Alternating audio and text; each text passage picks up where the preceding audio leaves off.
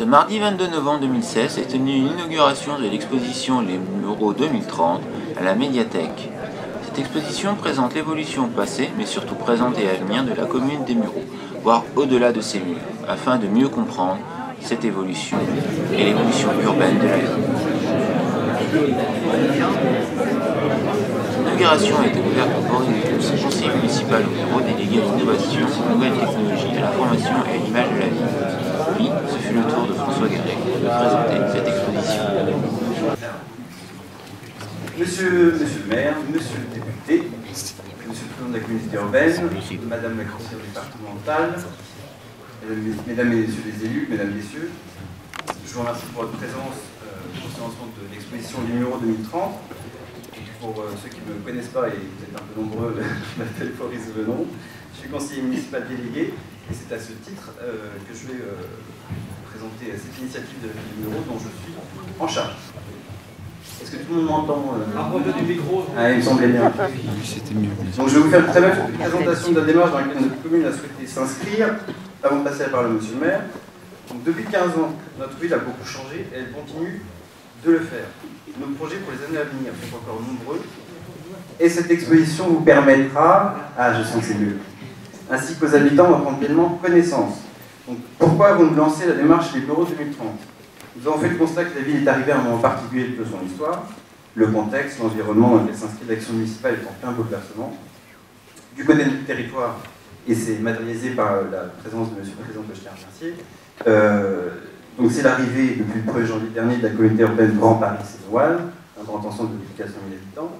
Du côté économique, c'est le défi majeur que représente l'arrivée d'ici à 2020 d'Ariane 6, qui entre Airbus, Safran Launchers et l'industrie spatiale sur notre ville pour les 30 ans à venir. Et je tiens à remercier également la présence de M. Aymon ce soir parmi nous.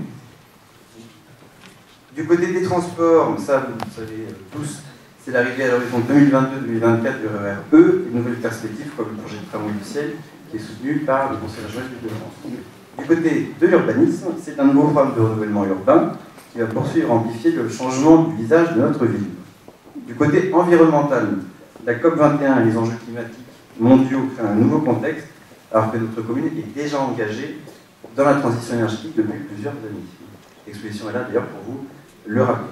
Bref, les Mureaux s'inscrivent dans une perspective de changement profond. La question est posée de déterminer comment la ville se positionnera dans les années à venir dans ce nouvel environnement. Petit propos pour vous décrire l'état d'esprit dans lequel on est attribué à l'explorateur écossais d'Adini Livingstone. Je suis prêt à aller n'importe où, pourvu que ce soit en avance. C'est un peu l'esprit qui anime la démarche qu'on vous présente aujourd'hui. Bien entendu, la ville a quelques idées pour répondre aux questions qui nous sont posées, mais on a estimé que les enjeux et leur horizon sont tels qu'une réflexion associant très largement les acteurs de la ville est apparu nécessaire. Un projet public d'envergure, mais à peu près, en fonction de son envergure, une dizaine d'années pour voir le jour, de sa conception à sa mise en route opérationnelle. Donc, penser 2030 dès 2016, à l'échelle de politique publique, c'est une nécessité.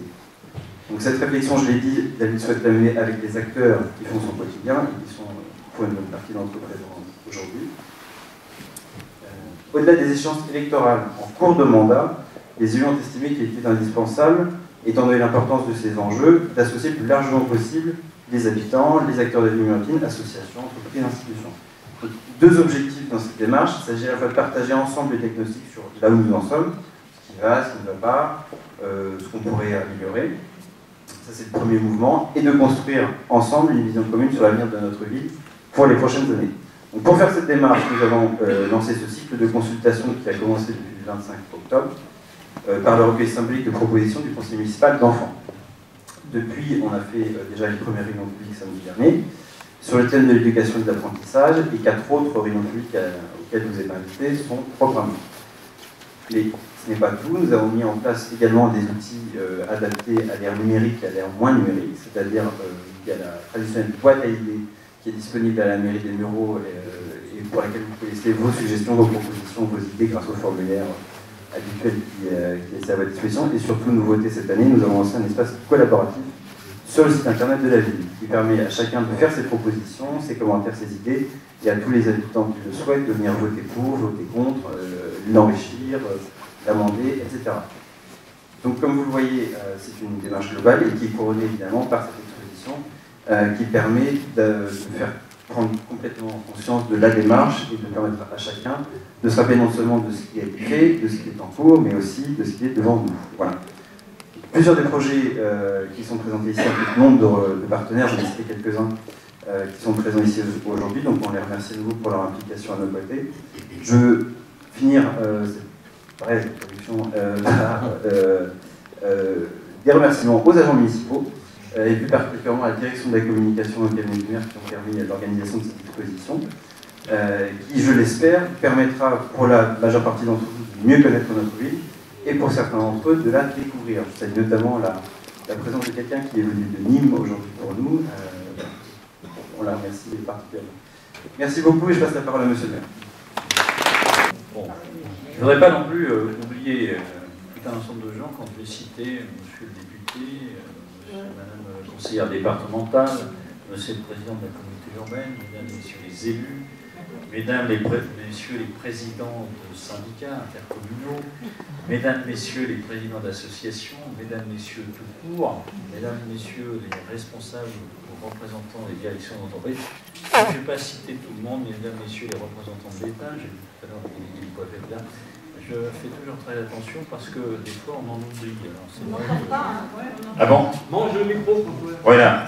Des fois on en oublie. Alors, sachez que ceux qui sont oubliés, c'est qu'on ne l'a pas mis dans mon pense bête, mais je pense bien à eux dans mon propos.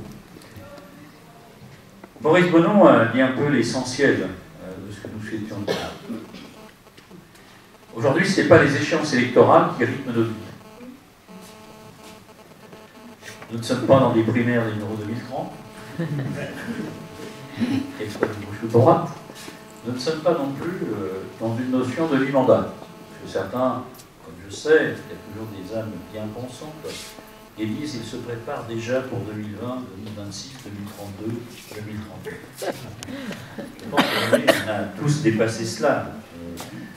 2020, peut-être, 2026, c'est un peu compliqué, 2032, ce sera encore plus compliqué, 2038 ou 2044, je pense, et là je parle au président de la CU, je ne sais pas si on briguera en 2044, éventuellement la mairie du bureau et la présidence de la communauté urbaine. Par contre, il ne faut pas oublier qu'il y a des gens aujourd'hui entre 0 et 20 ans. Et quand je parle de 2040, de 2030, ce sont ceux qui ont 30 ans, 20 ans, 30 ans, 40, 50 ans, 2030, 2040. Et notre responsabilité à tous, et toute la génération, les générations les plus âgées, mais comme les autres générations, c'est de commencer à réfléchir de ce que sera, de ce que seront notre vie et nos vies en 2030, 2040. Et c'est vrai qu'il faut faire très attention. Aujourd'hui, on nous amène rapidement dans une accélération du temps, un peu partout. Éventuellement, on ne nous amène pas par cette accélération du temps sur une notion de réflexion, mais on nous amène plus sur un temps réflexe.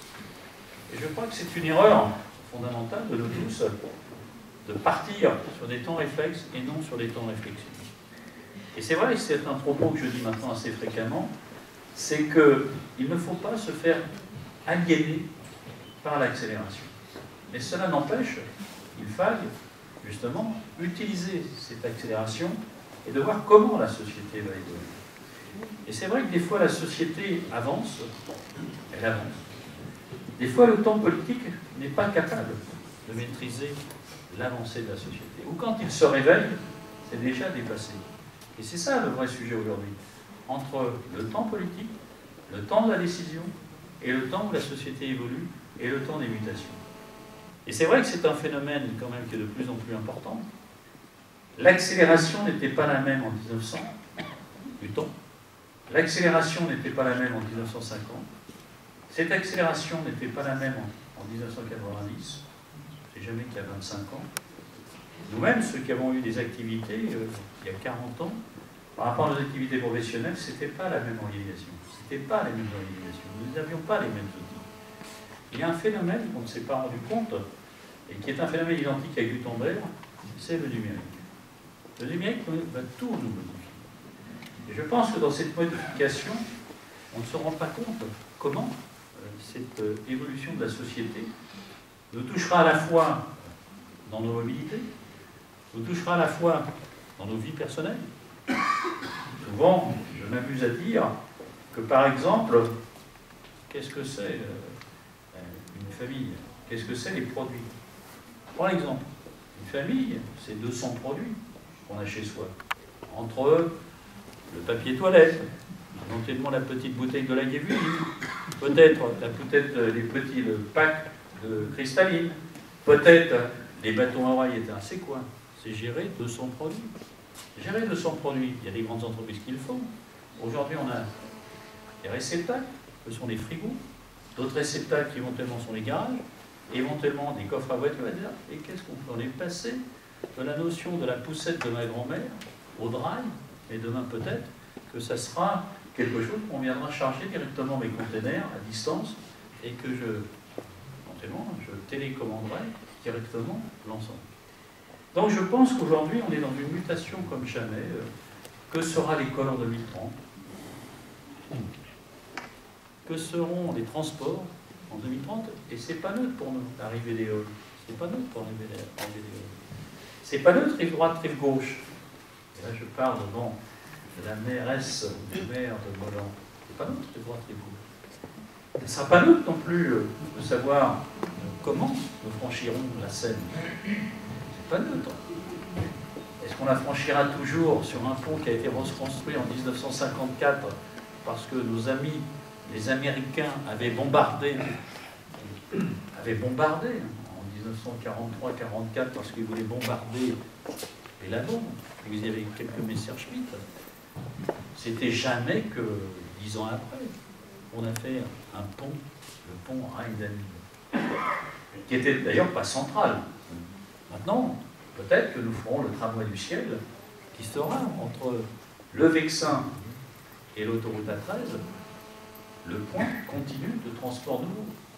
Je me rappelle, quand on avait discuté de ce tramway du ciel, le téléphérique, certains souriaient, très honnêtement aussi, volontairement, on voulait faire le buzz autour de nous. Je me rappelle quelqu'un qui s'appelait Pierre Cardot, d'ailleurs, qui nous disait vous avez inventé ce truc-là pour qu'on parle de vous. C'était un chanteloup. Mais c'est vrai que, progressivement, des idées, des fois, qui peuvent au départ sembler inadaptées, deviennent adaptées. Donc je pense que les bureaux 2030, il faut le positionner à la fois pour les bureaux, à la fois, et je crois que là je parle devant le président de la communauté urbaine, mais aussi devant mes collègues d'autres communes, comme on va avoir à Grand Paris Seine-et-Oise à discuter entre nous tous, entre Poissy, Achères-Conflans et les portes de Normandie. Parce que je n'arrête pas nécessairement, quand je parle de Grand Paris Seine-et-Oise, il faut aller bien évidemment jusqu'à Vernon. C'est pas uniquement, on nous a peut-être découpé parce que certains comités de communes ne pouvaient pas venir, mais il y a des problèmes de transport, des problèmes de déplacement qui ne seront pas liés en disant c'est à Rony que ça s'arrête ou à Frelon ou je ne sais pas où. Donc ça veut bien dire que c'est une question forte. Et donc les bureaux 2030, c'est quelque chose qui doit s'intégrer dans une réflexion. D'ailleurs la semaine passée, il y a eu une réunion sur le PLUI, et c'est aussi ce qui a ouvert, on ne l'a pas dit, mais ce qui a ouvert aussi notre réflexion. Alors c'est vrai qu'aujourd'hui le PLUI, il y a tout un ensemble de discussions, mais à terme, on va passer aussi sur des projets concrets, des organisations concrètes, des stratégies concrètes. Parce qu'une communauté urbaine aussi, ce n'est pas que... c'est aussi des stratégies globales. Donc, on va le définir. Donc, si vous voulez, c'est comment ça se positionne, comment, aujourd'hui, et c'est à tous les habitants, à tous ceux qui sont de l'extérieur des Mureaux, je pense qu'il faut venir, bien évidemment, à cette exposition, mais d'un autre côté aussi, il faut aussi nous donner des avis, nous donner des informations. Et je souhaiterais dire aussi que les informations, les avis, etc., c'est pas de temps en temps d'organiser des réunions gadgets où on se fait plaisir en faisant venir un ou deux éléments pour faire le buzz avec 200 personnes. C'est pas ça, le travail. C'est autrement, ça se travaille. Ça se travaille sur le fond, ça se travaille sur la forme, ça se travaille tous ensemble. On se rassemble. Et donc aujourd'hui, c'est un peu cet objectif. Maintenant, je pense qu'il faudra écouter aussi les jeunes générations. C'est amusant, quand on a discuté avec le conseil municipal des enfants, avec d'autres, comment ils voient leur vie. Je pense qu'aujourd'hui, quand j'avais 10 ans, c'était en 1960, très honnêtement, je ne voyais pas la vie en 2000. Par contre, je ne voyais pas trop non plus la vie en 20 ans plus loin.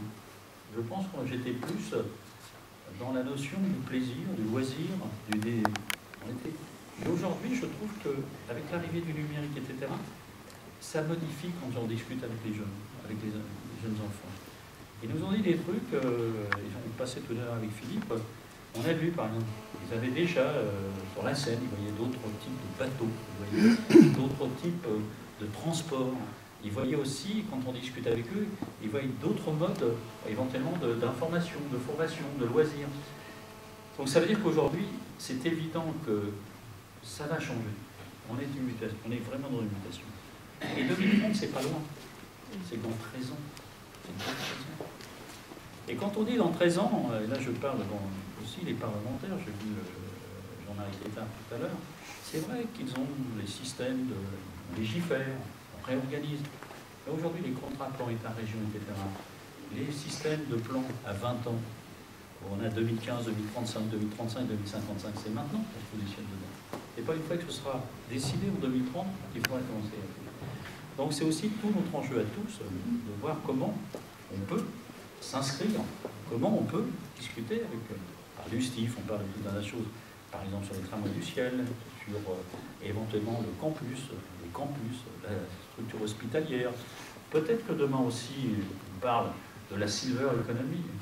Nous sommes bientôt ici certains, ceux qui vont être dans la silver economy, ceux qui allons alimenter par nos petits comptes, ceux qui s'occuperont de nous dans notre dépendance. Il va bien falloir s'organiser sur des plateformes numériques, etc.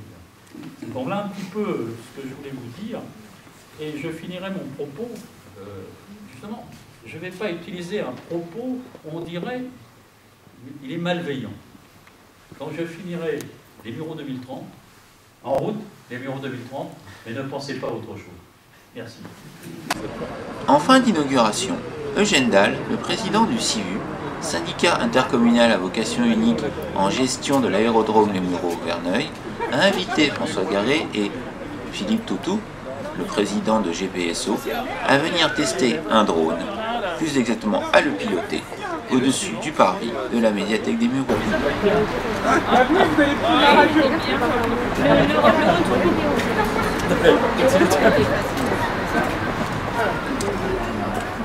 Autour du coup, et donc vous avez les images pendant que François pilote. Lui, il a le son et moi, il a les données. C'est ça. Expliquez-nous. On veut de belles photos. Hein. C'est bon? Je décolle et après je donne la main en l'air, ok?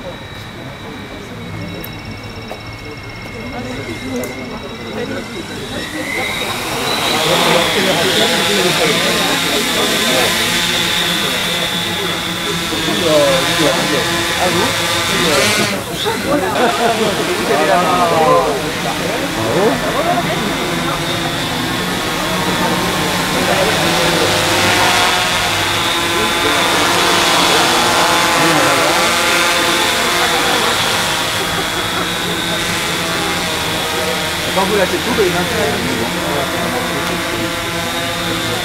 a une assistance là quand même. Voilà, c'est pas trop ce côté-là, on va partir par là-bas.